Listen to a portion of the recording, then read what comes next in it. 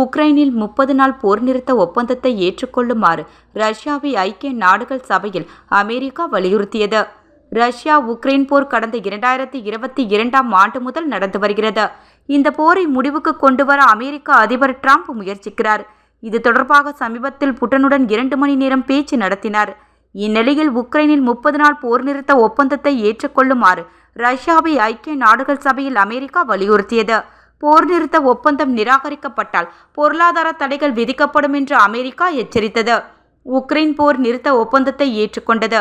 ஆனால் ரஷ்யா தரப்பில் இதுவரை எந்த பதிலும் அளிக்கவில்லை.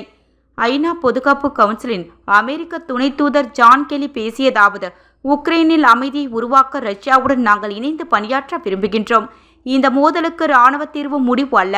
அதே நேரத்தில் ரஷ்யா ஆக்கிரமிப்பை தொடர்ந்தால் அமெரிக்கா அமைதி பேச்சுவார்த்தைகளில் இருந்து பின்வாங்கி கடுமையான பொருளாதார தடைகளை விதிக்க வேண்டியிருக்கும் என்று அவர் கூறினார்.